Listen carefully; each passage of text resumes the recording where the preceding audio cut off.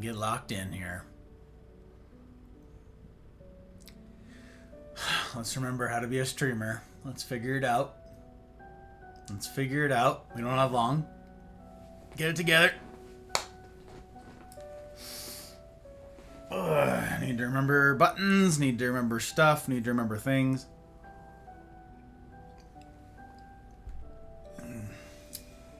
We're gonna see.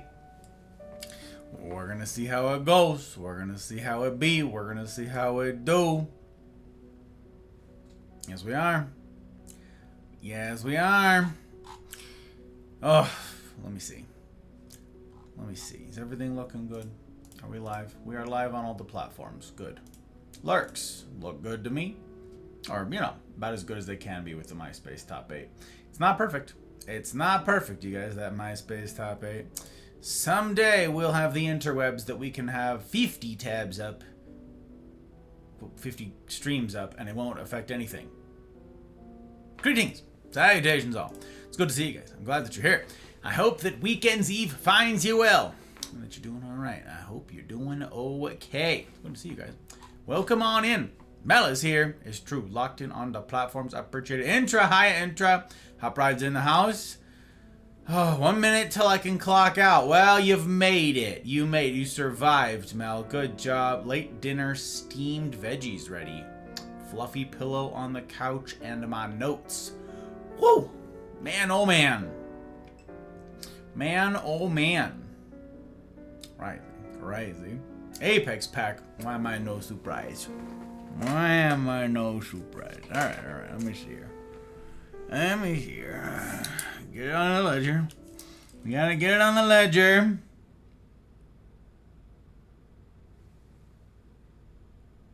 Yeah. On the ledger. We're going with zooming. We're zooming. Ski is here. Ski, I appreciate the lurk.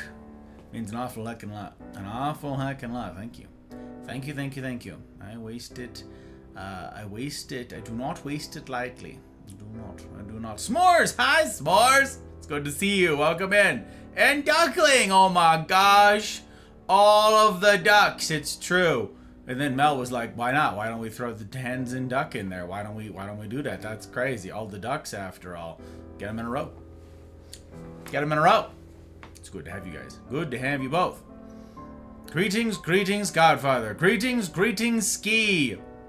Abby's here with the lurk work. Smokies, I'll take Can't type while running, I swear. Smokies. I was like, I don't know. Smokies? I knew what you were after. It's good to see you, my friend. Glad that you're here. I appreciate you an awful heckin' lot. An awful heckin' lot. Thank you for calling out Abby Mel. Thank you. Means an awful lot. Doing good. Staying fed. We love to hear it. Staying hydrated. Sure, if you don't want to be part of the chronically dehydrated club, the cool kid club, that's fine. Do you. And do my best to walk more. I was like, to well more. To walk more. Bet. That's very good. But me too, Ski. Me too. I have been trying to include more cardio and getting the heck out of the house and the vitamin D and all that jazz. I've been trying. Varying degrees of success. So it's not perfect. Not a perfect science, but we're trying. Okay. So that I don't delay too long, so that I don't tarry too long and steal y'all's time zones away from you, I am going to be trying to schmoove tonight. Depending on how fast I talk, it'll either be a short stream or a longer one for the same amount of content. So, we're going to get to the drink. Because there are 3 components what comprise an ideal talk, y'all. 3! Or, 2 if you're ever not going to get cigars back in the roster because can't afford to be getting cigars right now. So, the first element of an ideal talk is good drink. And so I will be partaking of a Jura 10 tonight. That's what I'm going to be having. But so let me know what it is in chat. Let me know in chat what it is you are going to be partaking of for element number 1, good drink. It needn't be alcoholic, though mine will be.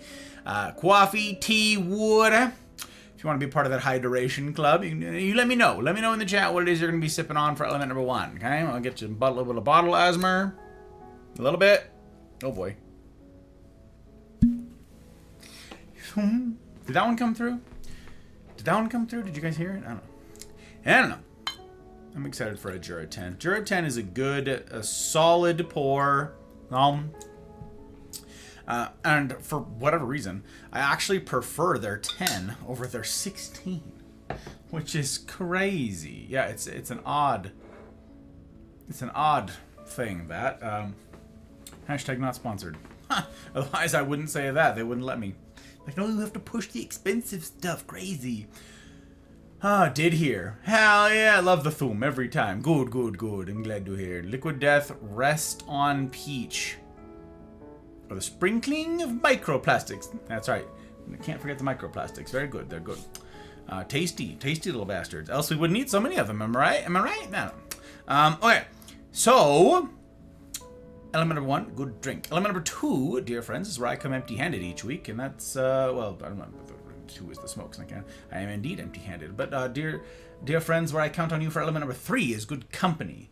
Good company. This is one that I can't furnish on mine own, so I'm grateful indeed to have you guys here for the goodness, for all the troublemaking and rabble-rousing, and all the silly and the serious. And so it's to you, the kind of human who would forfeit a Friday Eve, or a hella early Saturday morning, depending on where you are in the world, to be here. And that says a great deal about you, to listen to this, about an important topic indeed. So it's to you, that caliber of human, that I get to raise my first glass of the evening. Cheers to you.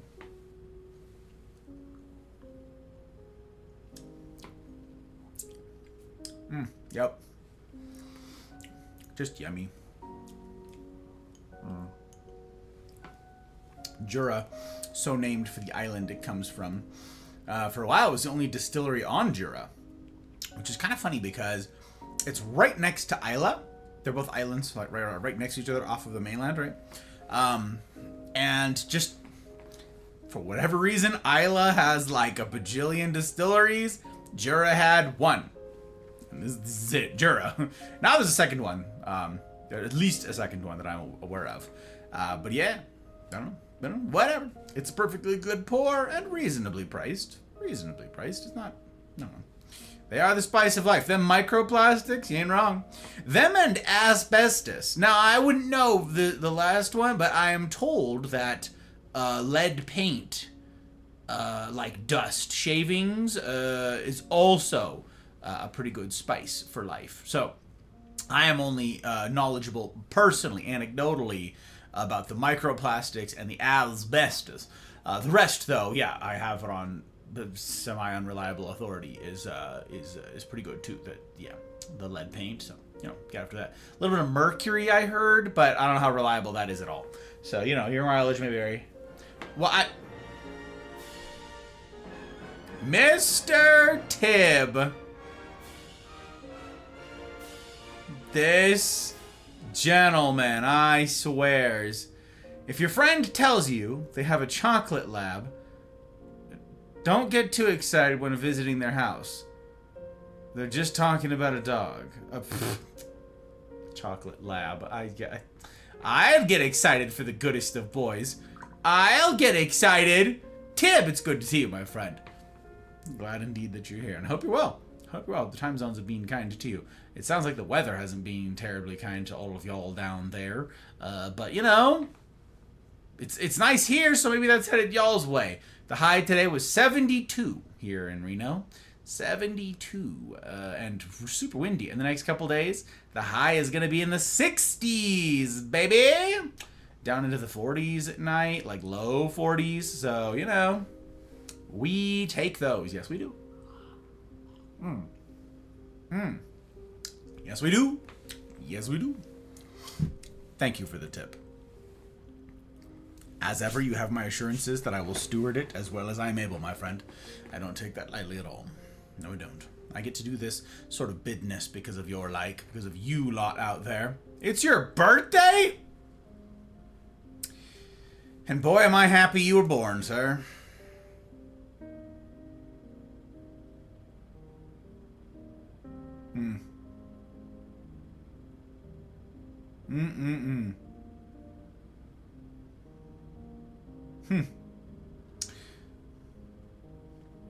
I don't typically make a big fuss out of birthdays. It's certainly not mine, but y'all's.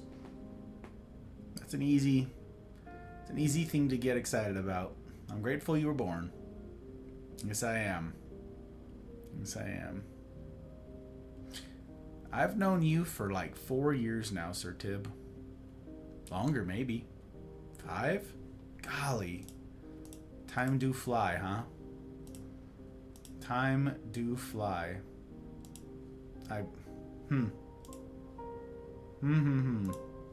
Check my lurks here, make sure all this stuff is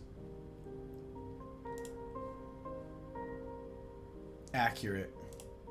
Nope, several people went live as soon as I did, as usual. As usual. Hard to keep track of, you guys. Hard to keep track of. Hard to be a hashtag real friend when everybody be going live at weirdy times. Lead paint, add to cart. That's the one. A chocolate lab, yeah. How can a dog be made of chocolate? That seems dangerous. Same way a bunny can. Chocolate bunnies, same way. 79 in my house. Gross, Mel. I hate that for you. I'm gonna crack open the crown apple tonight. Oh, okay. What else are you guys drinking out there? Who else is drinking something? Who else has got water or coffee? Huh? We got Mel drinking her liquid death. Mr. Tibbs gonna be getting into some flavored whiskey. What are you guys working on? Zen? It's good to see you, sir. Welcome on in. Hope you're doing alright, my dude. Glad to have you here. Man, oh man. Who birthday? Happy birthday. Happy birth. I don't really make a big deal over this day either. Yep. Follow age. There it is. 4.5 years. Longer indeed. Crazy. Birthday or not, Gus. I'm grateful every day. You still keep me around. Ah. Well, that's just because I can't figure out. I don't have a moderator, and I can't figure out banning rules, Mel. I just one of these days had iced coffee. Ah, I see. Ski's got Timmy's. Who here is surprised? Who's surprised? No show of hands. No hands. Nobody's surprised. I wish I had some coffee. I may join you in coffee once I wrap up things here, Ski. Maybe. Guts, it's good to see you. Hello, Guts. Hello. Welcome. Got a blinker fluid. H2O for me, says Zen. Okay. You're joining Ski in that hydration life, huh? Drinking water and what have you. Man. But that wasn't okay. That was somewhat accurate though. That wasn't the worst. We got there. It was just a bit harrowing. But we got there. And that's not nothing. Oh, it's not nothing. Man, how you doing, Guts? How's you? How's stuff? How's things? An iced cap from Timmy. Oh, you've also got Timmy's. You hear that? Double Timmy's. That's crazy. Loose, you know I got my coffee. Hell yeah, Loose. Hell yeah, lock in with that coffee. Let's go. I'm gonna get vicarious caffeine through you lovely lot because I am hurting. Today. I'm hurting today like I was hurting yesterday, you guys. I fell asleep in my chair. Yesterday trying to get this stuff done. Writing has not come easy to me last couple days. I've been struggling, so glad to be here. Maybe I can catch some rest on the other side of this. Maybe. Daughter's birthday was yesterday. Randy, hey, having a party tomorrow. She's turning 7. Very fun, Randy.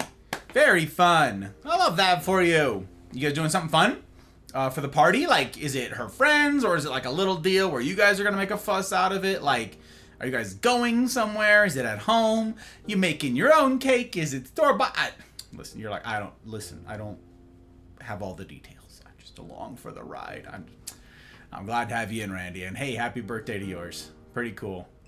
Please don't yeet me. You'll hurt your back. Tim's is an excellent choice. Oh my gosh, that's right. Loose is from the Lando Tim's. It's crazy. Water when at home, but when I'm out, it's like 2 or 3 sodas. No, Zen. Bad. Very bad. Crazy. Doing good. During my time with the grandparents. Just got done cleaning up some branches in the yard with Grandpa Guts. Hell yeah.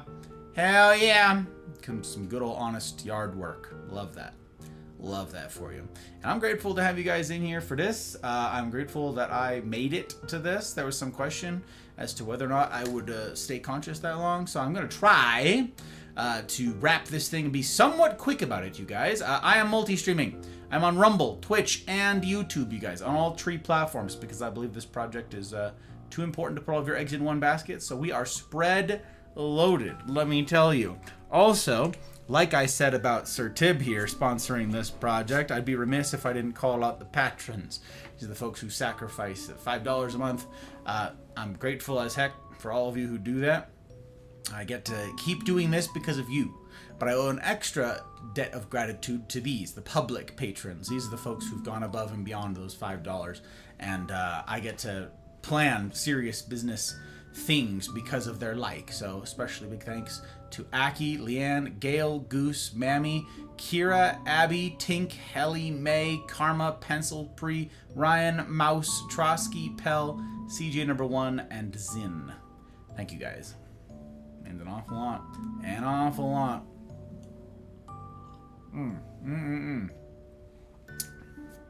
Family get together. Oh, bet. Okay, store-bought cake. Okay, good.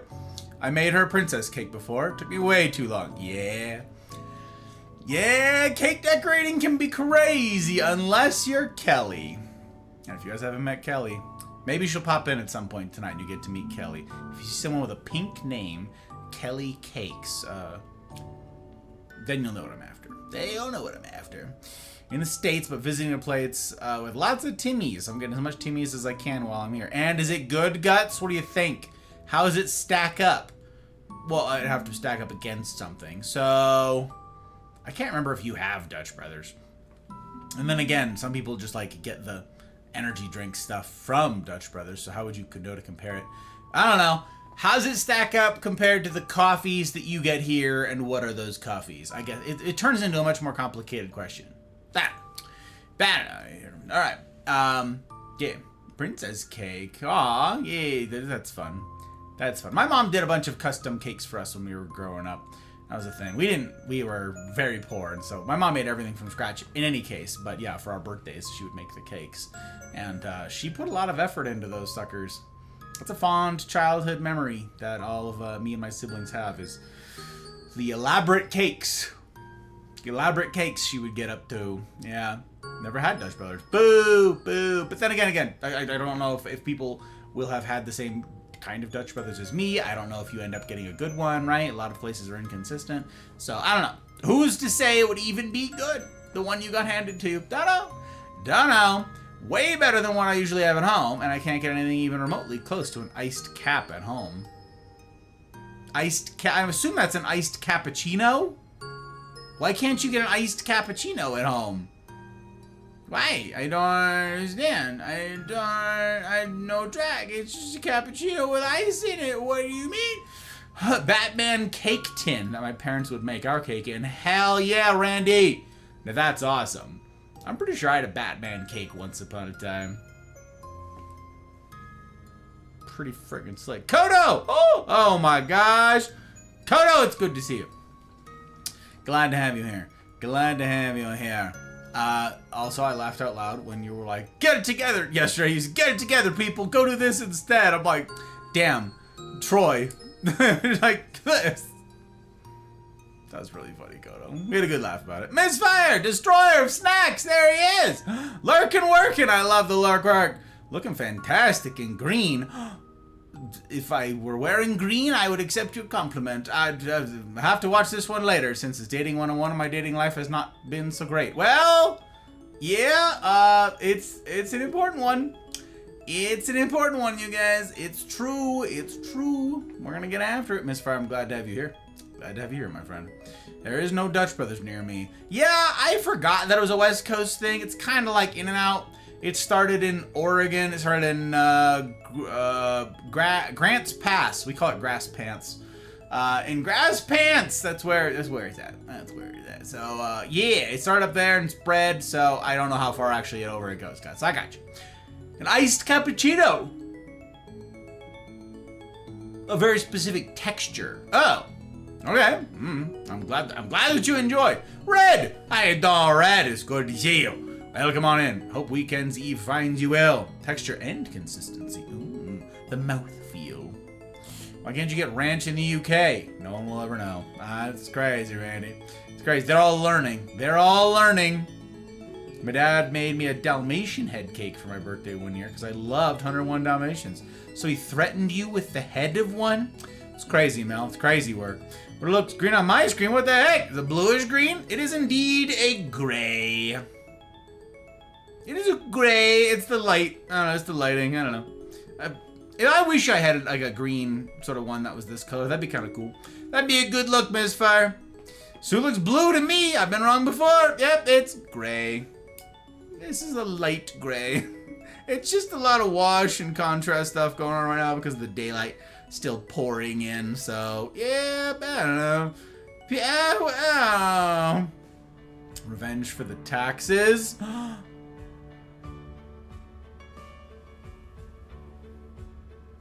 Crazy how green it looks on screen. Glad I'm not the only one. Hello, red. Hello. Godfather style indeed. Bloody red collar and all. That's what I'm saying. Crazy work. Maybe we're going colorblind? Don't go colorblind. Has to be the lighting. Yeah, it is the lighting. I'm sure it's the lighting. This does not surprise me at all. Not even a little bit. Again, thank you guys. Thank you guys for all of you who are here pulling up extra, especially those of you who have multiple tabs open. That's wild. And I'm enamored as heck of those of you who would go through the trouble. What a hassle. Having Rumble and Twitch pulled up, and some of you even have YouTube pulled up, and man, YouTube is trash, but still, it gets us in front of more eyeballs, and it gets us some watch time, and one step closer to monetization. So thank you guys. Thank you. I will be teaching about dating tonight. This will be the continuation of the Relationships Masterclass tonight, you guys. We started this over a month ago. This is a big series. This one is long, okay? There is a lot of ground to cover here because it is meant to be closer to exhaustive than not. It is supposed to be from singleness, all the seasons of our dating lives, of our lives relationally. Jeez, from single to married and all the stuff in between, okay? And it's going through these seasons of it with intentional pacing and all that. So singleness was a very important thing to get right out the gate. So we did singleness, and we were fairly exhaustive with singleness. It's not completely exhaustive. It's not. It's just not. It's not. It can't be. I'd be here forever. I would talk about nothing else. But the same thing will be true of this series. It will not be a one-off. This will be several parts, and it builds on what came before. So if you did not hear last week's sex talk, I would give that a listen. If you didn't listen to the singleness series before that, I would give that a listen. It is all intended to build. I'll have some more to say about that tonight as usual. But I am also trying to keep these somewhat concise in a given evening before people's eyes glaze over and you all fall asleep. I'm trying to keep these somewhat shorter, so that's why there's so many of them rather than just one lecture that's 6 hours long. They're broken up. Okay, so tonight will be no different on that front. Tonight will indeed be somewhat shorter, again, depending on how quickly I speak, how quickly I can get through the material, because I don't want to belabor, well, I do want to belabor the point, but I don't want to use too much of your guys' time in a single sitting. So I'm going to try to be schmovin' tonight. I'm going to try to be schmovin'. As usual, my recommendation to get after these things for realsies is keep showing up, be a part of this process, and be a part of the community that's making it possible, that's making it happen, that's taking it seriously. And it's the Mafia community. Join the Mafia community Discord. If you're interested in getting your questions answered, whatever the heck they are, any relationship or relationship adjacent questions, punch in !Notion in the chat, and it will pull up a completely anonymous questionnaire thing that you can send in, which is just basically a blank thing of what's your relationship question, and you punch in whatever the heck you want, and there's no signing in, there's no accounts, there's no nothing, and I have no idea who it came from. I'm the only one who sees the questions, and I can't see who they came from unless you like wrote your name somehow in the body of your question or something. I won't know who it's from, and I don't ask that people do that because I prefer to answer them in a vacuum and answer them to the lowest common denominator of everybody else because they are purposed with, well, my aim in answering them is to highlight that many of y'all have similar questions. The questions I've received, there is some overlap. That said, a lot of them are standalones. So in case you're like, I'm sure somebody asked my question, maybe not. Doesn't hurt to send in a question. You can submit as many as you want. Doesn't cost you anything or whatever. There's no like limits to who can submit or how many questions you could submit. Okay, so it can include any of the seasons of life relationally, from singleness to marriage. I've been answering them categorically by season once we're through, because many of y'all's questions I had or intend to answer in the matter as a matter of course in the course material for that season. And if I haven't, my plan, my want is to address them specifically on the back end of that season. So if you submit a dating related question, a dating specific question, send it in. And if I don't answer it in the body of the material for the dating portion of this, I will address it explicitly at the end, being as vague as possible so as I'm not outing anybody or whatever, okay? So submit whatever questions you want, however many questions you want, no matter how spicy the questions are, whatever, I will discern how to tackle the things in a way I try to serve you guys. Try to answer the questions meaningfully. So yeah, use that little link over there. Thank you for dropping that. I appreciate it very much. And yeah, you can submit as many as you like in there, and then we'll get after it. So, first things first, I gotta disable raids. So, because we are gonna be locked in on the material, deny all raids on Rumble and on Twitch. Okay, their door is closed. Because as grateful as I am for raids, and so many of you have raided me, and as seriously as I take all of that, it is very difficult for me to focus on the material and not derail mightily when raids come in, because it's also often very jarring for us to jump from something serious, something weighty very often, to something super hype, and that is you guys raiding. And so, yeah, on Friday nights when we're doing our formal lectures, it is our typical practice to close the doors and disable those raids. So thank you guys for anybody who is considering raiding and doesn't get to. I hope that I get to catch you at another time and that you don't take offense to it. So I have spent a very large amount of time compiling my thoughts and compiling resources and compiling notions about dating that I'm going to bring to the fore here tonight. Again, it will not be comprehensive. It can't be. It would be here all night. So this is going to be something of an introduction and include some thoughts there. So without any further ado, I hope that you guys also grab a drink, grab some water, get plugged into the community, and then get locked into the stream here, because it's gonna be going. It's gonna be going. Or at least I'm gonna try.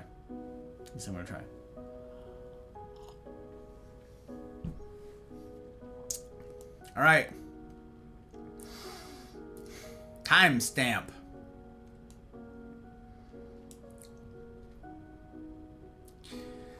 The Relationships Masterclass. Dating. Night 1. I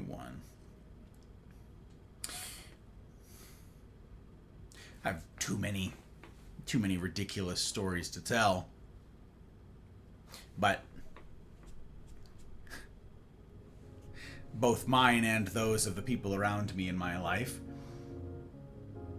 But as I think on dating, I can recall having chased after several girls in my younger years and all of the ridiculousness that followed.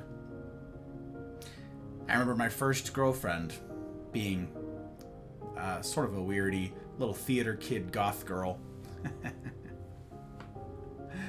Man, I ignored every bit of counsel, every bit of advice, every single wishing person in my life who said, is she, I don't know, have you looked at her family history? Have you met her mother? Have you met her brother? Have you really gauged what it is you'd be stepping into here? And love will conquer all, etc. Love will conquer all.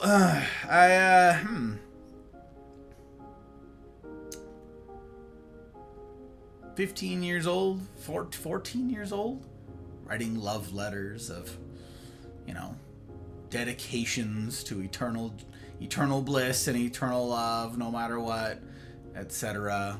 Only for every little thing to set us off, every little thing to be cause for strife and to be cause for tears. One of her friends, her best friend, started dating this guy. He brought her flowers to high school every single day for like 6 months, I think. Must have cost him a damned fortune of either his or his parents' money. And after about a week of it, she was sick of it. And she started tossing those flowers. He'd get them and immediately find the nearest trash can and throw that bouquet of flowers right in the trash. That 6 months was the duration of that little project, because I believe the relationship ended at that 6-month mark. I had a friend in college who was sweet on this girl, and he was new to dating. Never really got there during high school, and didn't really know what this was all about or how to do it. And so, had a couple nice conversations with the girl, and there he goes, head over heels. And so it was devastating for him to find out that she just saw him as a friend. And he wept for damn near a day. They had known each other a week.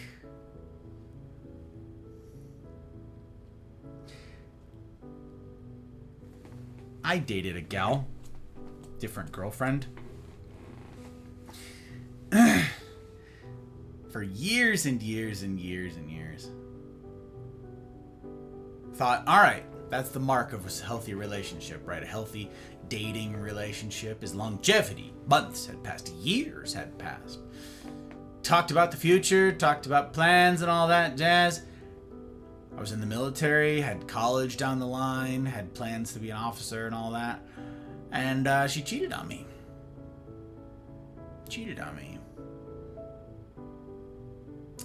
A couple times. And that hurt. That sucked. That was pretty lousy.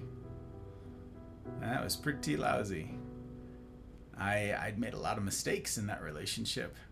Yes, I did, to get to that point. And the consequence was, at the other end of that, being cheated on, as a consequence of that, and my breaking up with her, boy, I had some messed up things in my head about what my life ought to look like now, and where I had gone wrong, and gave her a second chance. Tried to work through it with a counselor, school provided counselors. Talked to counselors about it. It didn't work out. Still didn't work out. She cheated some more.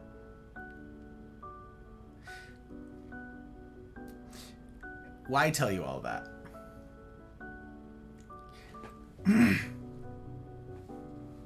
That all culminated in me being single for about... oh boy. 5 years? I think.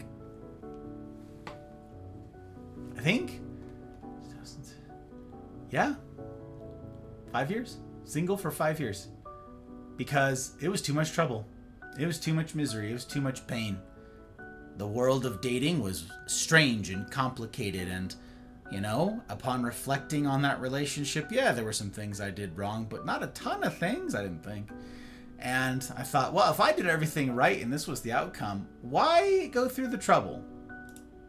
Why suffer? Why suffer the heartache? Why go through all that misery if it's just going to end in more misery? Why do it?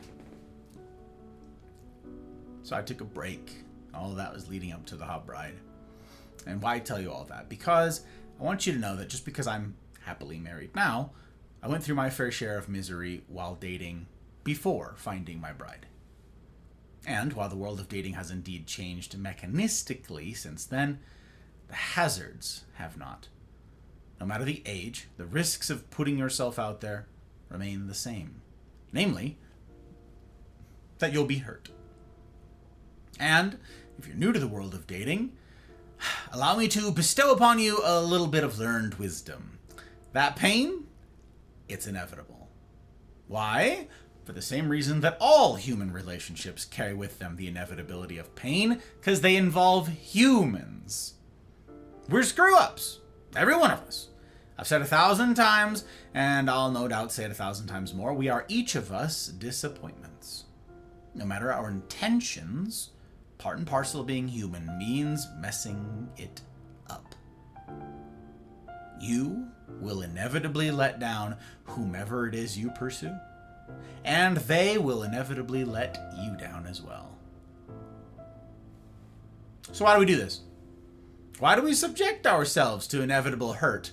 Why go skipping through the minefield of misery called dating? Simple. We want to love. And we want to be loved. We want to know another as we want to be known. We want someone to see the deepest longings of our hearts and not look away. We want connection. And while platonic community can get us some of the way to that, and it remains utterly irreplaceable, something I've spoken to many, many times and I'm obviously a huge advocate for, there is something different about a romantic relationship that we long for. There is something special about the intimacy of oneness in marriage that we cannot experience any other way. Any other way. That is true going back to since time immemorial. There is no modern take on this that achieves what marriage does. It's not possible. And the hope we have of experiencing that is worth the risk. It is worth the pain. So, what does this minefield look like?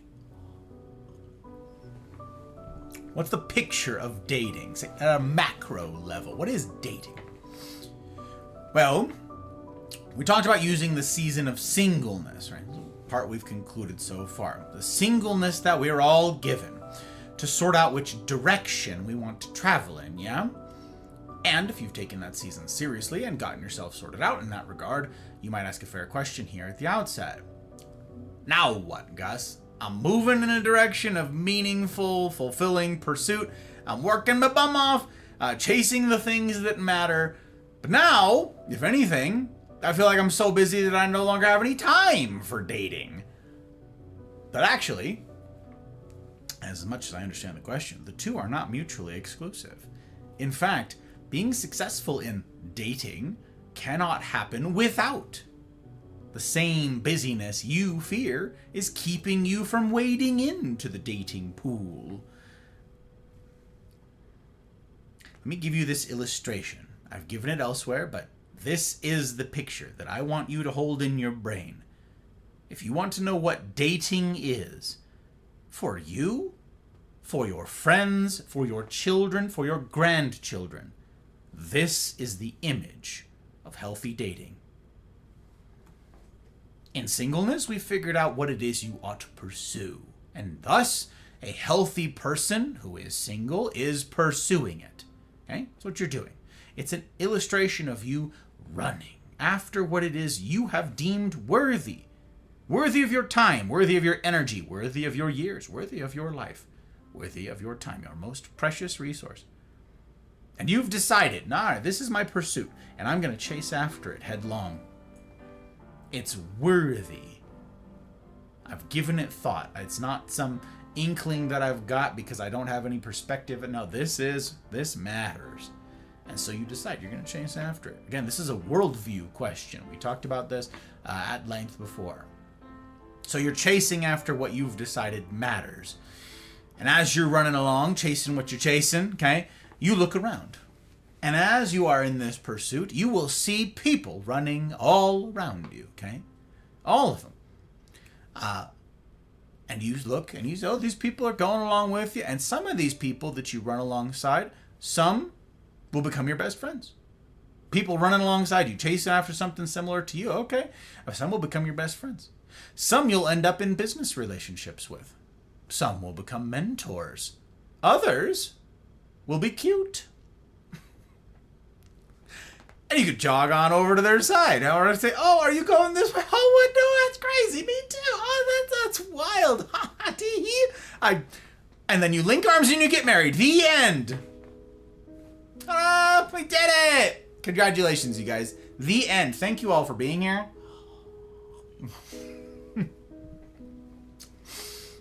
Obviously, there's more to say, but that's it. That's the basic principle.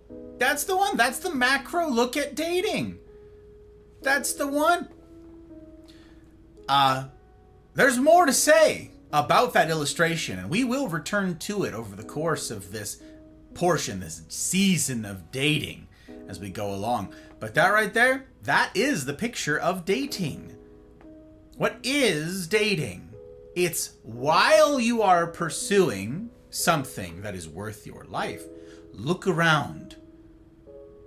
This is your dating pool. Now you will find all manner of cute people crossing your path, going this way, but if they're just passing you by, that's not your dating pool. Your dating pool is the people who are running in the same direction as you, running at the same pace as you. Again, more to say on that as the time comes, but this is the illustration of dating. If you are stationary, not in pursuit of some greater good, something that you have decided, as we talked about at length during the singleness portion, you won't find anyone. Those who are going nowhere can have no fellow travelers.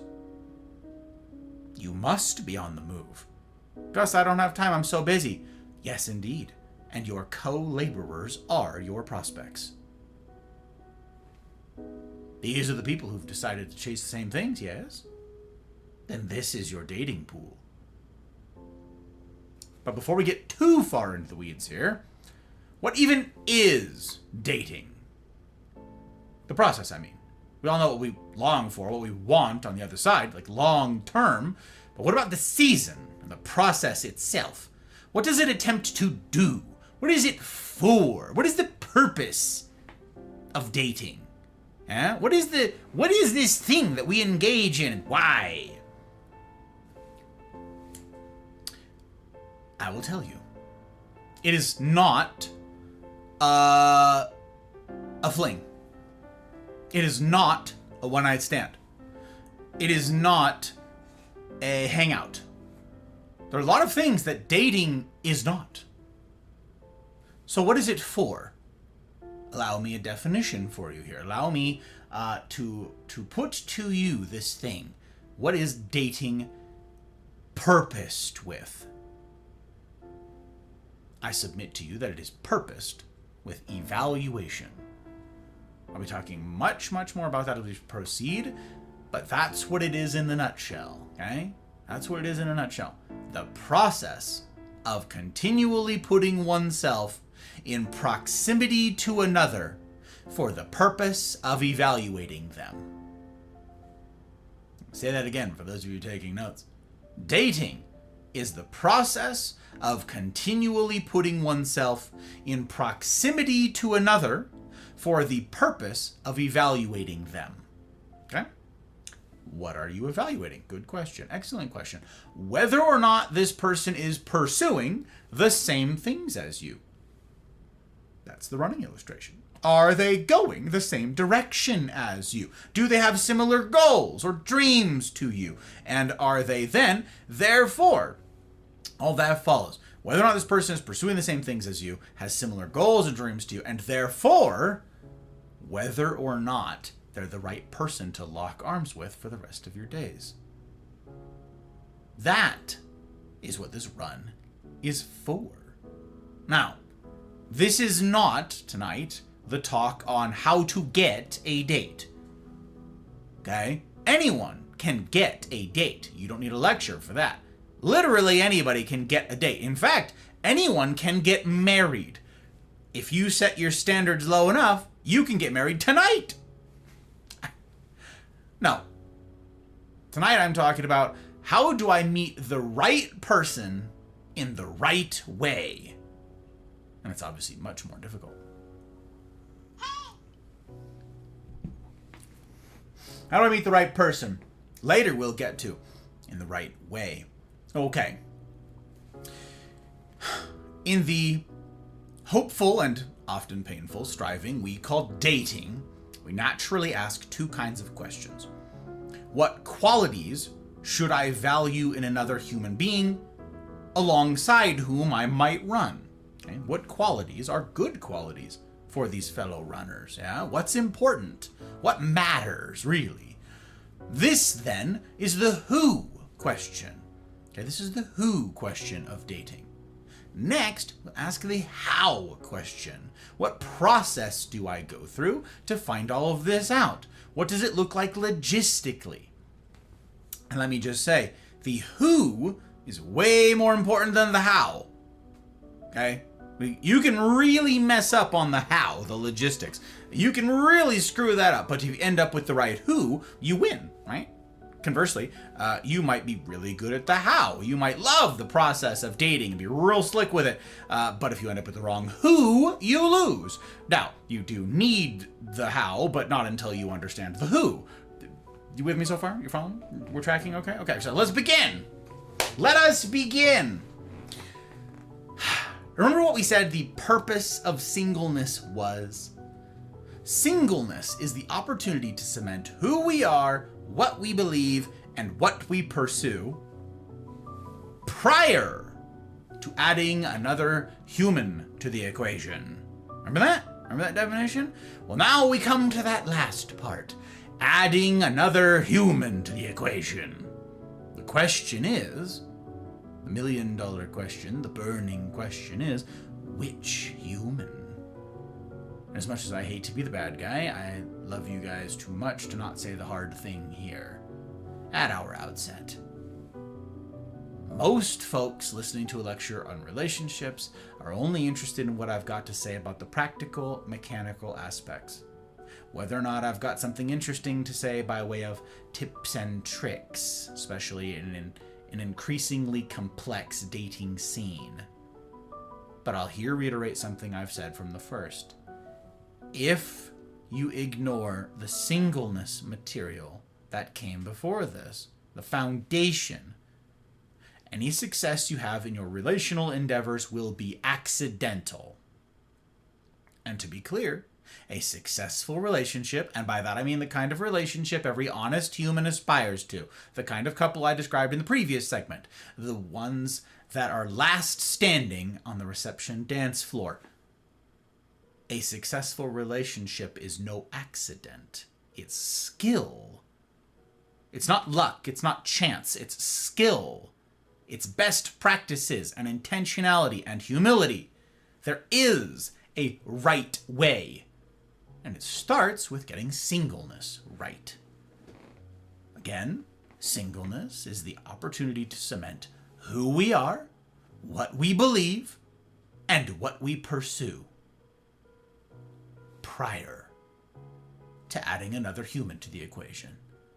That's what that season is for. Put another way, unless you have those things sorted out, the material we're about to cover will be of no benefit to you. Because you can't be bothered to care about the foundation, then the rest of this isn't for you. Skill issue. You have to take it seriously enough for it to matter at all. So for the rest of the dating portion of this series, so it's not endless caveating, I'm going to assume that you listening have taken singleness seriously. That you have done the hard work through your teenage years and early adulthood in answering who you are, what you believe, and what you'll pursue with your life. If you have, then incidentally the process of evaluation, dating, ought actually be fairly straightforward. And that's because the pair of questions behind the whole season of dating are these. What kind of person do I want to spend the rest of my life pursuing meaningful things alongside? And then, is this that person? Again, the question, What kind of person do I want to spend the rest of my life pursuing meaningful things alongside? And is this that person? Those are the questions. That's it. But unless you've done the hard work of doing singleness right, then you can't answer either of those. One of the chief benefits of figuring out, while still single, who you are, is that doing so is a prerequisite to that first part. If you know who you are, what you believe, and what you'll pursue with your life, then you also know what kind of person will be worth chasing after meaningful things alongside. Namely, someone who's also done the hard work of answering those questions and who has concluded the same things as you. As for the second question, is this that person, meaning whomever it is you are currently considering, the reason you'll not be able to discern that is because one cannot make judgment calls against a standard of nothing. That is, unless there's a decided upon answer to what this person ought be like, you are not equipped to judge whether or not this person is like that. Like what? Exactly! Precisely! This brings us to the who. Who? Who is this we ought to date?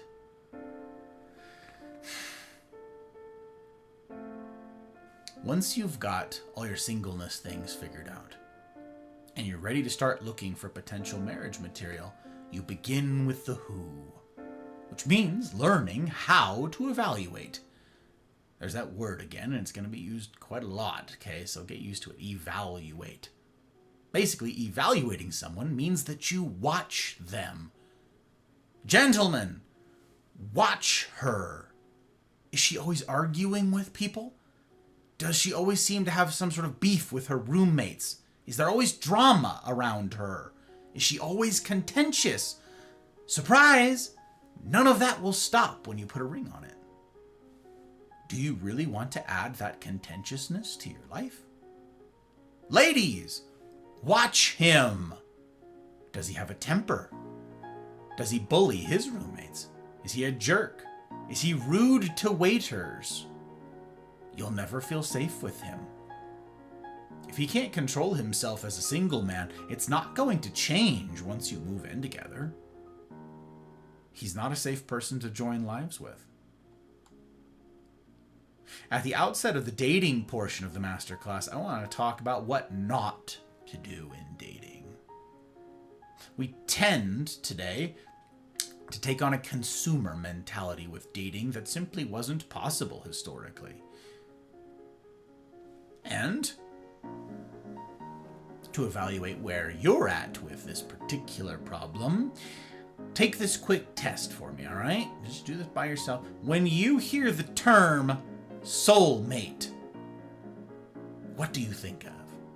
If you had to define the phrase, how would you do it? Again, I'm not going to ask, I can't see chat anyhow, and I'm not going to ask you guys to type it all up because I'm scooting, we're moving, okay? But let me ask you, is your answer, is your explanation, is your description of that soulmate a knight in shining armor? Is that what you're looking for? He'll be someone who sweeps me off my feet. He'll fill all the voids in my life and lead me to a higher state of bliss. He'll soothe the raging storm of inadequacies in me and make me whole, a better person than who I was before him. I'll want for no other, because I shall be made complete in him.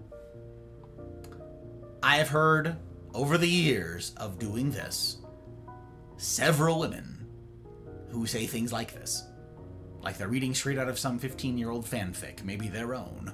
And I'm like, have you ever met a real-life man before? A real-life human male?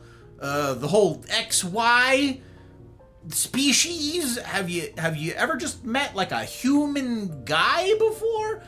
Like with some guys, it's pretty impressive that he puts on pants for some portion of the day. Has he showered in the past 72 hours? Who knows? Look at what you're asking him to do. Fill every void in my being and in my heart. Like, he doesn't know how to do that. Heck, he probably doesn't even know what you mean by that. Point is, If you're putting that kind of expectation on another human being, you'll find no one. And you'll end up embittered and alone. Humans can't bear that kind of weight. You'll crush this person under the weight of those unrealistic expectations. And that's not loving. That's not loving of you. So, what some people mean when they say soulmate is savior.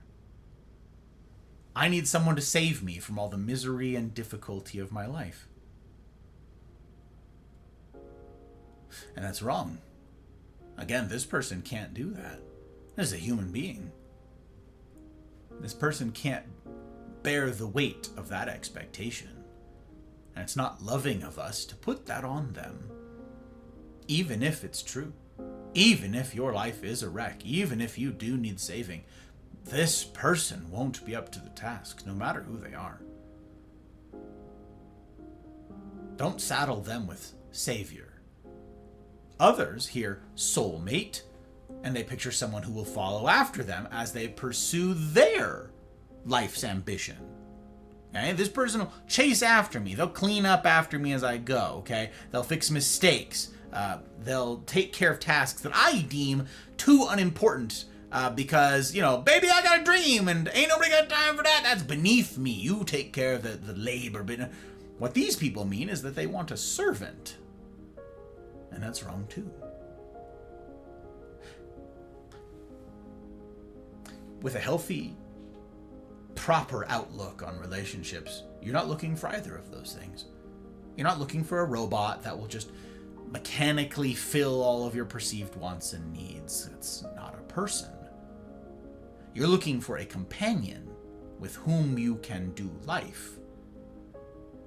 There was a quote that was something to the effect of, and I'm going by rote, something to the effect of, in a relationship, you're not looking for something to tame, you're looking for something wild to run with. Back to our running illustration. You're looking for someone who has different ideas, different thoughts, and as we converse, as we do life together, we sharpen one another. I become a better person because I am in proximity to them. In no small part because I must learn, and this will happen with the right attitudes and the right heart, no matter the matchup, no matter your disposition or theirs, you must learn how to sacrifice. That is the sharpening. Sacrifice for the good of another. Do I do that with this person? Do they learn it for me? I learn with this sharpening to be more selfless. And so do they. I gain virtue as a result of being in this bond with you. So, okay, the consumer mentality with dating. When I ask people what they're looking for in another, they'll often, especially these days, come up with a list of characteristics. I want him to be tall, but not like too tall, I want him to have money, but not be like obsessed with money, I want him to be good looking, but not like the sort that just like lives in the gym all day. You know what I'm saying? This is an assemblage of things that when combined and put on paper doesn't exist. This person, so described, does not exist. Okay? This is a fantasy person. It's fine if you're a fiction writer. But it stops being fine when you take your list of arbitrarily decided on non-negotiables and start holding them up to real people. You can order your Starbucks drink like this way if you want. You can get it with the exact measurements and characteristics that you'd like. And you can reject it and have them do it over again if it's not just right. But you can't do that with people. Gus, it's not that deep. I just have preferences, Gus. There's nothing wrong with preferences. Right. My bad. Let me ask. When you compile this list of preferences for your prospective mate, the person you're looking out there, which flaws do you include?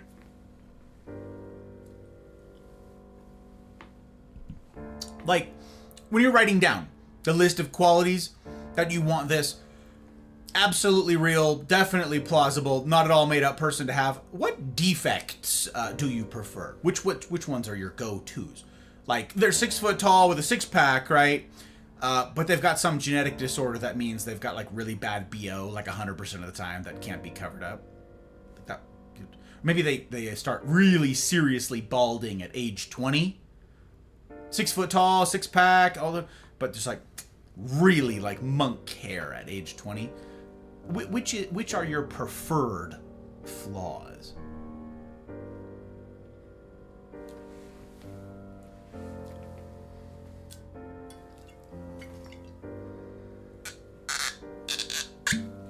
The reality is, when people start to make an object out of their prospective partner in their minds, they do so with an idealized picture.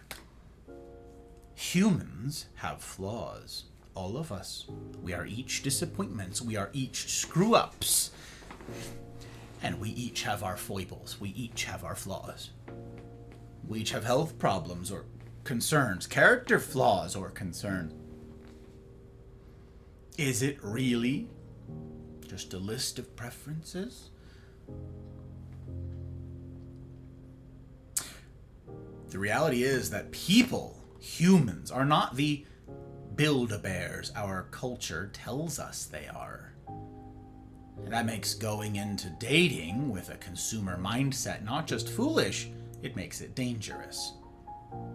And it's dangerous for a number of reasons. First, it instills in you, obviously, a set of unrealistic expectations that no human can ever live up to.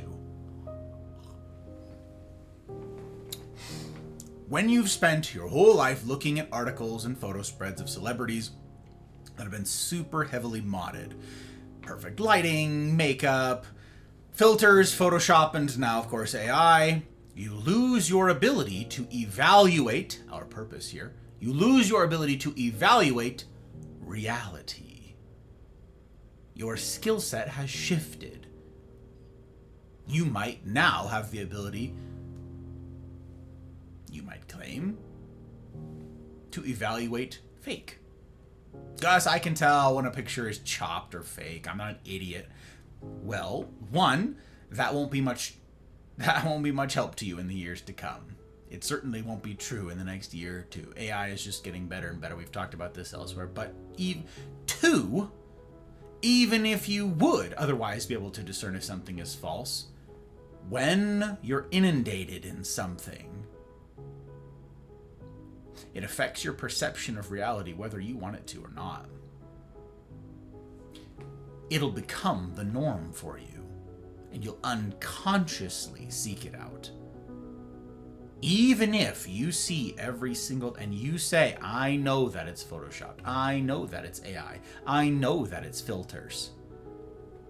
Subconsciously, this will still be the norm for you. And it will become, whether or not you want it to, it will become an expectation, because it is what's normal to you. Now, it might not be natural, but it is normal. And you expect the normal, not natural. You expect what's normal to you. We are each of us steeped in the unnatural now. And it is becoming the normal. You wouldn't want someone else to hold you up to that unrealistic standard. Don't do it to others.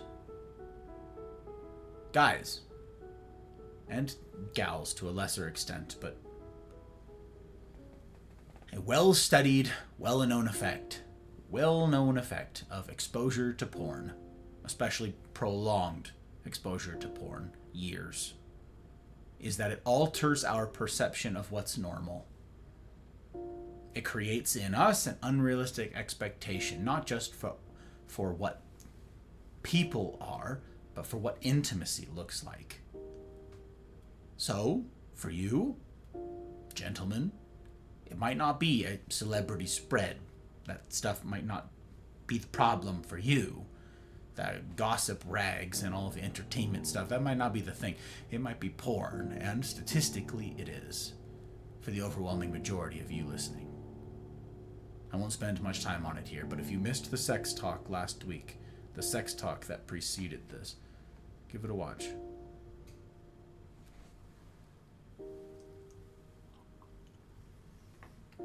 The second reason the consumer mentality is wrong is that it's built on the faulty assumption that you actually know what you want. This is an interesting one, okay? Buckle up. Dan Slater wrote a book called Love in the Time of Algorithms, and it's on the history of online dating, okay? In particular, I'm interested in what he found about the earliest forms of online dating. For an illustration of this, how many of you watched How I Met Your Mother? Okay? You leave a comment below on the video if you watched How I Met Your Mother, okay? How many seasons of it you watched. Or if you finished it, how many times did you watch the season? That's one of those shows was like predated people binge watching The Office over and over. People used to do that with How I Met Your Mother. So, okay. Perhaps if you did watch it, you will recall an episode where Ted, the main character of this show, ends up using a professional matchmaking service. I saw this show, incidentally, when I started dating Hot Bride. She had the whole series. I had never heard of it or seen it, and she wanted to correct that deficiency in me. So, yeah, I'm familiar with these things. So, Ted uses a professional matchmaking service. He's striking out, and so he turns to the technology, okay? I'm doing a high pass of the intro here, but he goes through the whole setup process, he puts in all the data, and then he waits. And then what happens? This famous matchmaking lady, she was called Love Solutions, that he's paying to do all this, she ghosts him. Can't get hold. So he fights and fights to get a hold of her, and when he finally does, she breaks down and tells him she's done everything in her power. She's sobbing, everything in her power, and that the woman he's looking for doesn't exist. His perfect match doesn't exist. She also begs him not to tell anyone because her whole reputation is like, I can find your perfect match. I will find a match for anyone. Okay, so. But then he steals a look at her computer. He gets a look at her computer, and he sees that there is a match in the system. Not only that, but she's a 99% match. 99% algorithmic match to what he said he's looking for. And he's like, what about her? What about what gives? What? And she says, no, that woman in the system, she's already taken. She's matched with another guy. They're engaged, happily engaged. But Ted sees on the screen that this woman is an 80-something% match with the guy that she's now engaged to. So he steals the woman's personal info, runs away, and resolves to butt in and end the engagement so that he can get together with his soulmate. She deserves better than 80% match. Okay, well, the rest of the episode is about as cringy as you'd expect. He meets his soulmate, shenanigans ensue, but in the end, she tells him that she's happy. Now, why am I retelling the tale of a sitcom from 2005? The premise of the whole series is for us, the audience, to learn who fathered Ted's kids. The show is called How I Met Your Mother, and each of the episodes opens with a sort of tale telling from the perspective of Ted to his children, and it's the story of how he met their mother. So we know from the outset he married and had kids. From the start, we know that he loves this woman, whomever she is, this mystery woman. He loves her mightily, loves the mother of his children. But right here, at the end of this episode, we learn that it's not this woman. It's not the 99% woman. she marries someone else. She goes through with her marriage plans. It ain't her. We also learn from this episode that there are no others, 0 others, no other women out there that fit his list. So how do we get from the right match doesn't exist to Ted marrying the love of his life and having kids with her?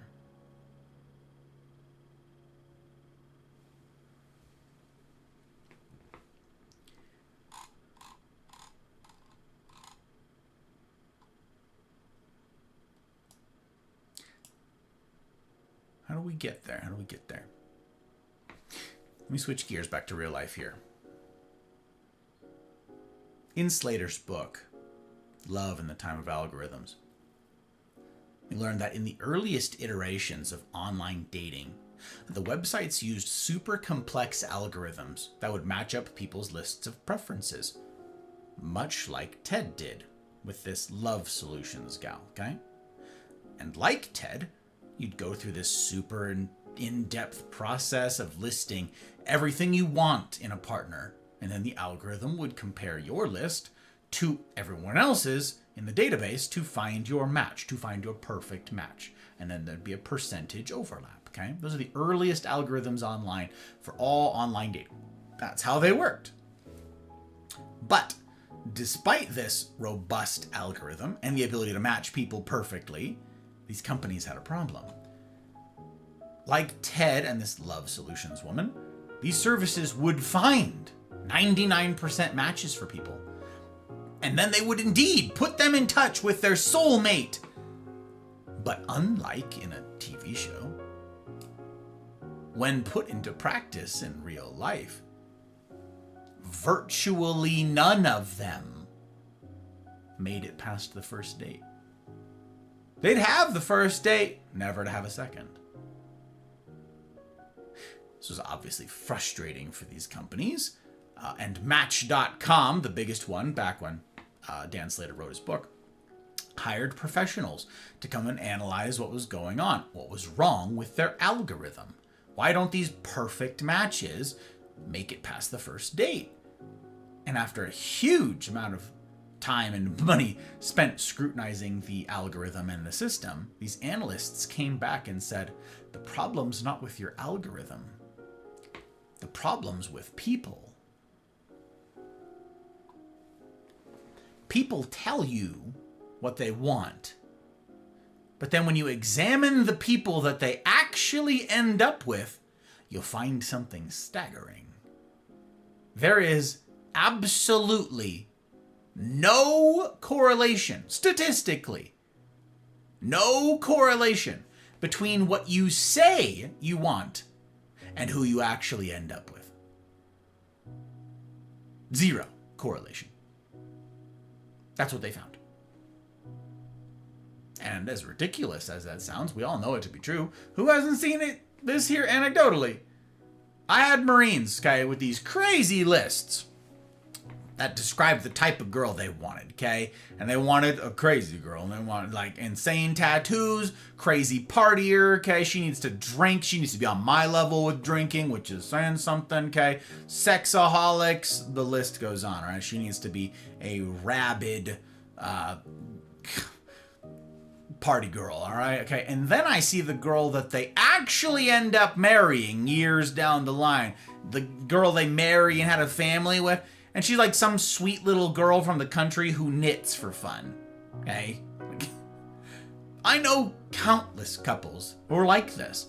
They had a clear picture in their mind of the kind of partner they'd end up with.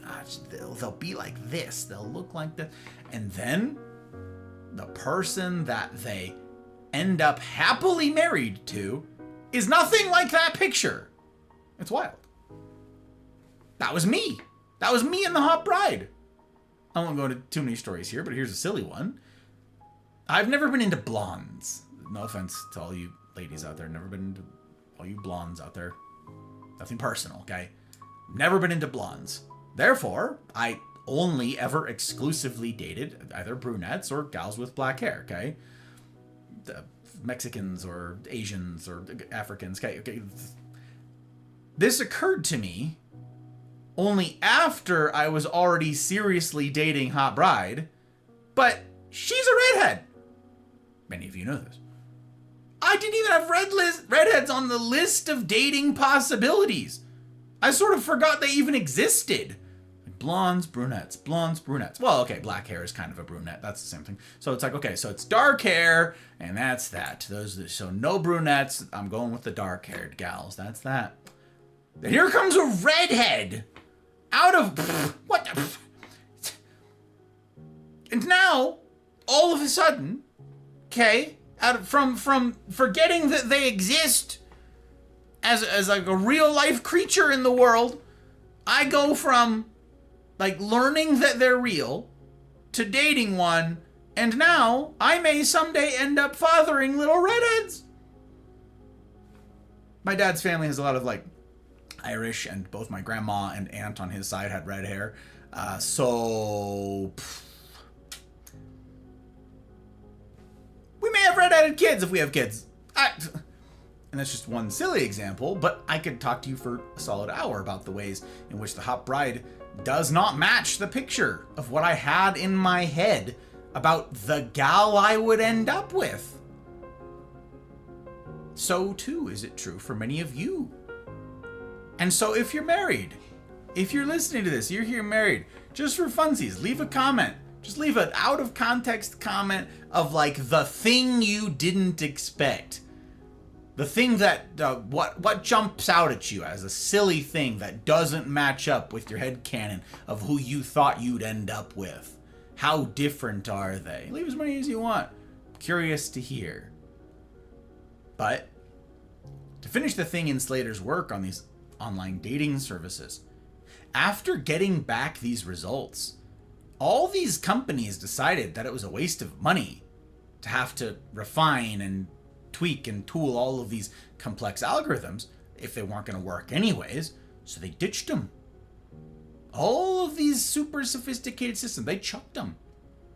They gave up even on the illusion of facilitating these perfect matches, and instead they simplified the whole process of evaluation down to 2 criteria: your looks and how witty you can be in that tiny little byline.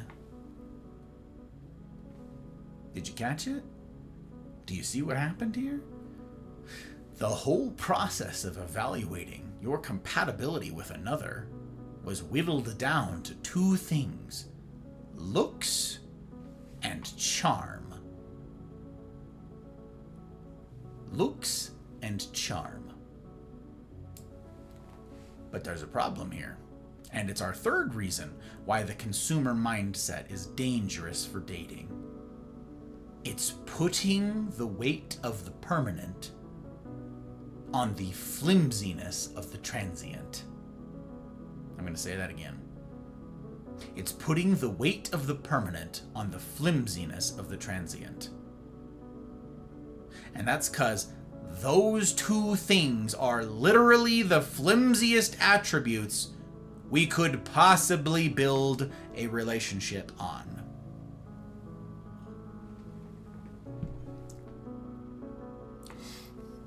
I'm gonna highlight this point, okay? This may be news to some of you out there, especially if you don't know what a floppy disk is. But beauty fades.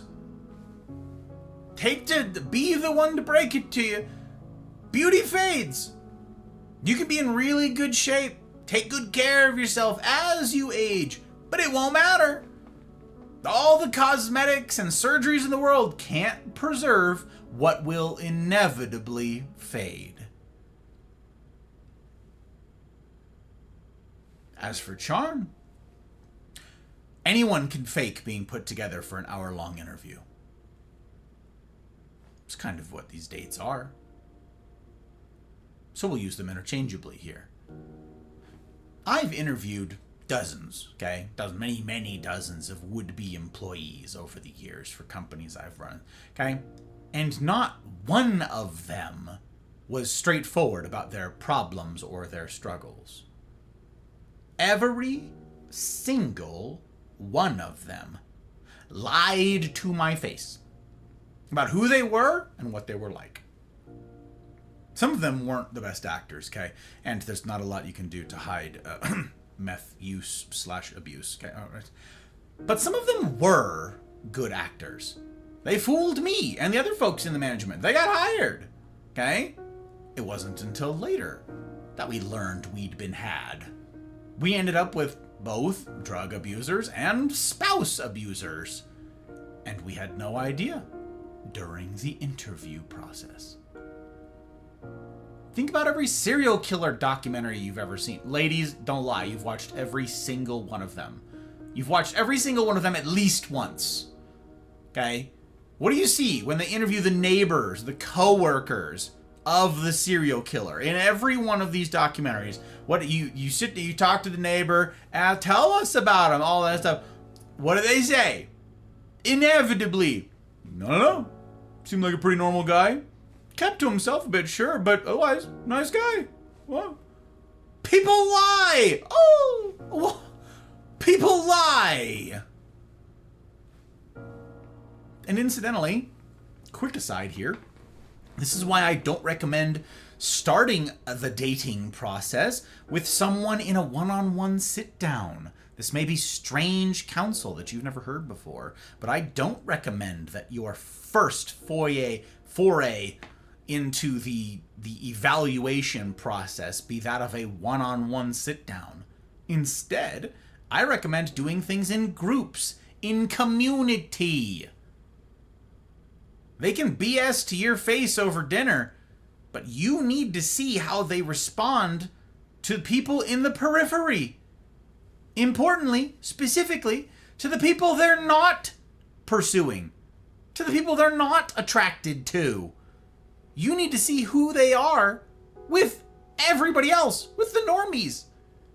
You might be hot. They're gonna put on a mask for you. What about your less hot friends? What about the wait staff? What about...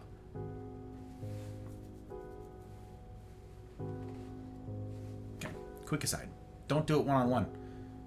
They can lie really easily. It's almost a waste of time. We'll get to more of that later. The foundation of a marriage cannot be what our society pushes.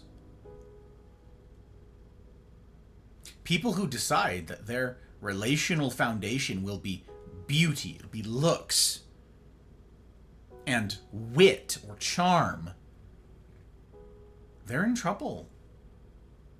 If that's you, you're in trouble. What happens if one of you gets hurt? Can't exercise for a while. When the hardship of life comes, you don't need someone who's cute. You need someone who's faithful. You need a relationship built on tougher stuff. And the fourth reason why the consumer mindset is harmful in dating is because of what it makes of you. And that is less than. When you reduce someone down to interchangeable components, they are less than human. And if they are less than human to you, then you won't give as much weight to their opinions, their feelings, their hopes, their dreams. If they're just a toy to you, then it makes no sense for you to care about them in those ways. We talked about this during the sex talk. The consumer mindset makes them disposable. If this one doesn't please you, toss it, get a newer model.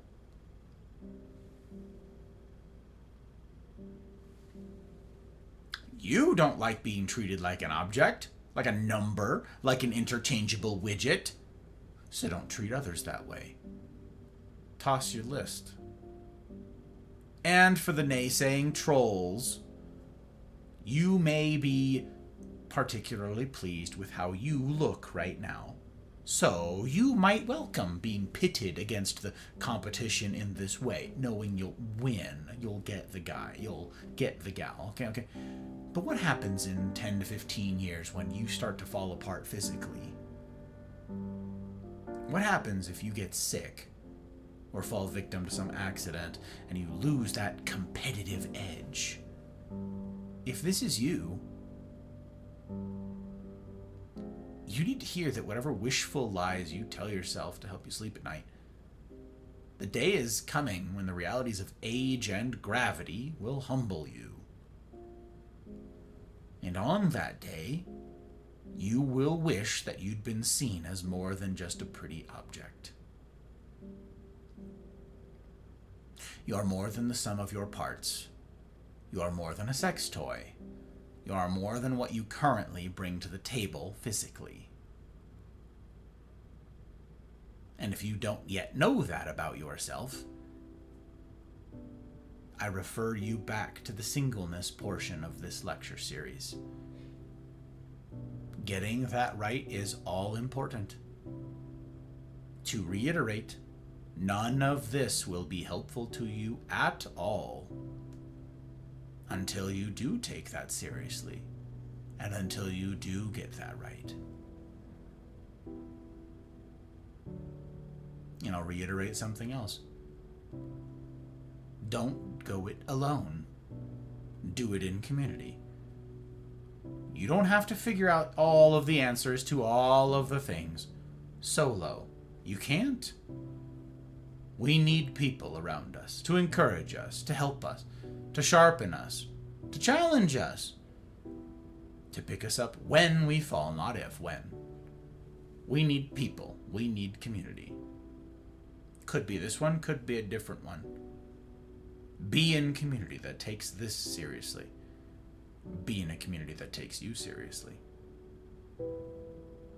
That can't happen, however, until you take you seriously.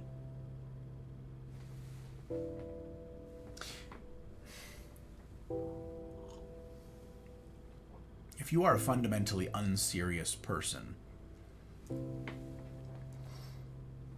it makes no sense for you to expect others to take you seriously. If you are a, go with the flow, we'll wing it, we'll figure it out, F it, we'll do it live kind of person, if that's you, and you're just living a bohemian life, listing lazily from day to day, from fixation to fixation, you should not be surprised to find that others don't take you seriously. You don't. Incidentally, that will also give them cause to not entrust you with the seriousness.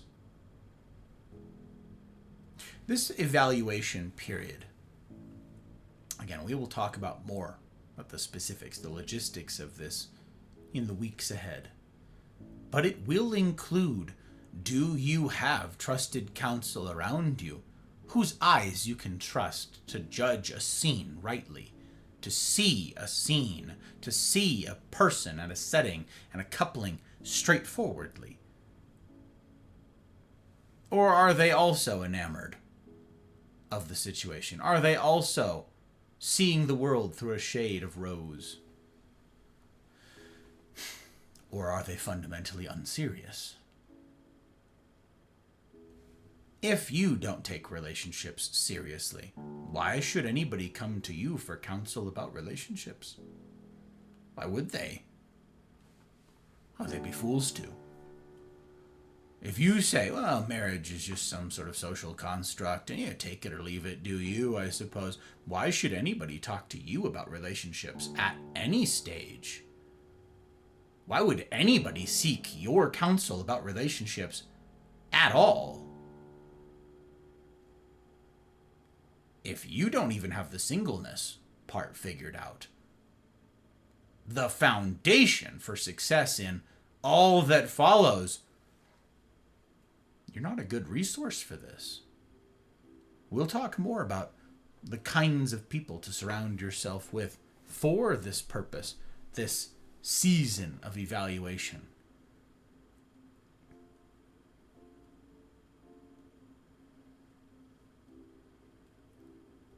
But I challenge you.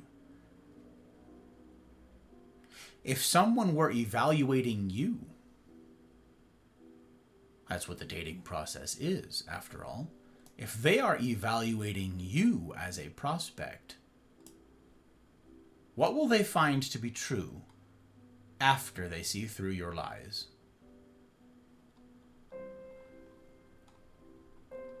Again, I said what dating was, the purpose of dating. My definition for dating is the process of continually putting oneself in proximity to another for the purpose of evaluating them. If someone follows my counsel here, you will be under the microscope. You will be under the magnifying glass. What will they find? Take this seriously. And maybe they'll take you seriously. We asked our questions. What kind of person do I want to spend the rest of my life pursuing meaningful things alongside? Singleness will have given you that answer. Someone who's chasing the same things as you, running at the same pace as you. There's a whole lot here that we'll get into in the weeks to come.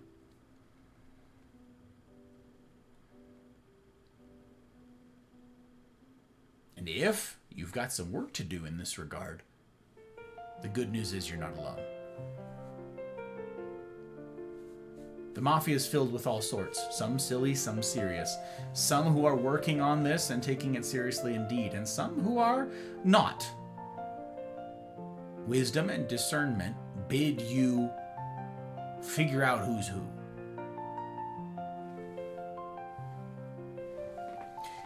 It is my purpose, in the rest of the dating portion of this, to equip you to do just that. Such that on the other side of it, you will be able to look at an individual, examine their life, evaluate their life, and be able to discern in short order whether this is somebody you ought to spend any more time on. But I'm getting ahead of myself. We'll get there. I wanted tonight to be somewhat shorter, and I still missed that mark. So I'm going to end things there. And thank you for your time for this portion of it. I'm very excited to get into the dating section of this with you, in no small part because so many of you have been excited for it. It is my sincere hope that you will take yourself seriously enough to listen to the stuff that came before it, before we proceed. And again, if you have questions, relationship adjacent questions, punch in !Notion. That command is online, it's offline, it doesn't matter. That'll pop up whether I'm live streaming right now or if I'm off stream. If you just pull up this page at any point, day or night, in case you want to be super sneaky, secret squirrel about it, you pull up that command. Any point, you pull up that link, you take that link, and you submit whatever relationship questions you have. However long, however short, however complicated, however messy, however spicy. I am unafraid of your questions. And is a good chance that I'm going to miss something. I'm not perfect. I'm a human, same as each of you. And I will inevitably mess things up. So I hope that you guys will sharpen me, that you will help me, that you will buttress what it is we're doing here with your questions, with your input. They're completely anonymous. I'm the only one who sees them, and I have no idea who they come from. There's no sign up, there's no nothing, there's no attachment to you whatsoever, there's no tracking, there's nothing. Okay? Anybody can submit questions, and you can submit as many questions as you like. Just use the same form over and over again, okay? As many questions as you like. Hit it. I hope that you will. I hope that you will. This has been a very long time in the making. And though I am constantly want to make a whole bunch of changes and constantly add new things there and all, it is my hope to deliver on this consistently for you until we're through. Until then, I thank you guys for your time and your attention here tonight. Whether you or yourself are going through the period of evaluation and dating or not, this information will be invaluable to the people in your life. Whether it's friends, family, or your own children or grandchildren, equipping them with all of this will be a gift indeed. So thank you for taking yourselves seriously enough to take this material seriously. Thank you again to everybody who makes all this possible, all of you who sacrifice to make it so. For your time and attention, I waste neither lightly.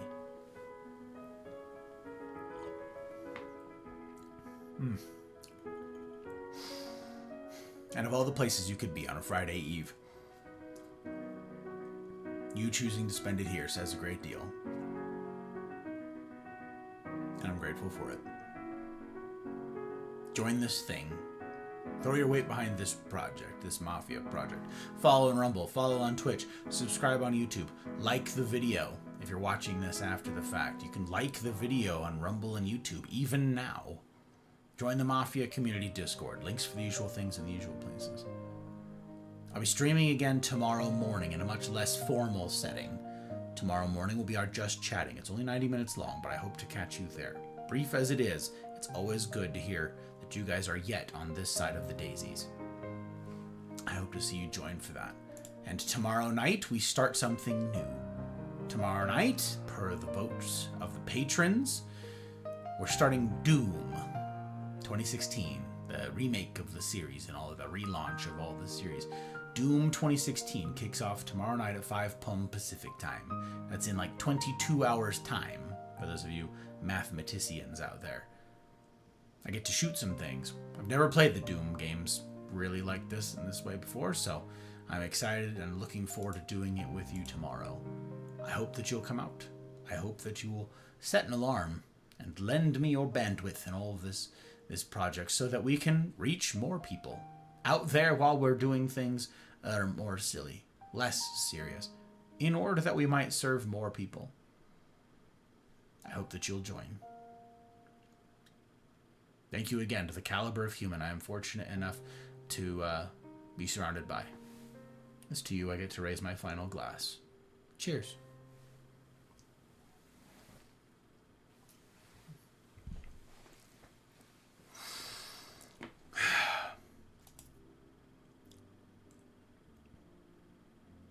What will it look like? What will it look like in the days ahead? The weeks ahead of this project? Getting plugged into real community this fall for the new lineup of CNRs that kick off in September. Will we have any luck with Doom tomorrow? Will we have more to say in the direction of things that you care to have questions answered about with it comes to dating and all the rest? Well, come and see. Come and see. And as ever, I will strive to see that it's a decision that you don't regret.